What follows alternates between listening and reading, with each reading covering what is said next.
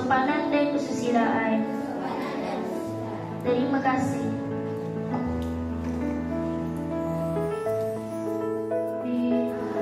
Membangunkan umat, masyarakat, bangsa dan agama.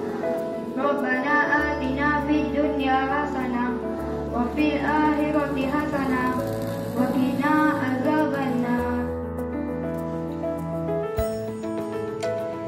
Baik, Assalamualaikum warahmatullahi wabarakatuh.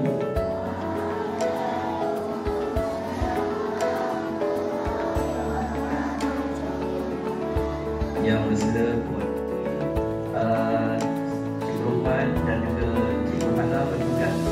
Semoga perjalanan kesusahan pada ibu ini berjalan dengan lancar. Sekian, terima kasih.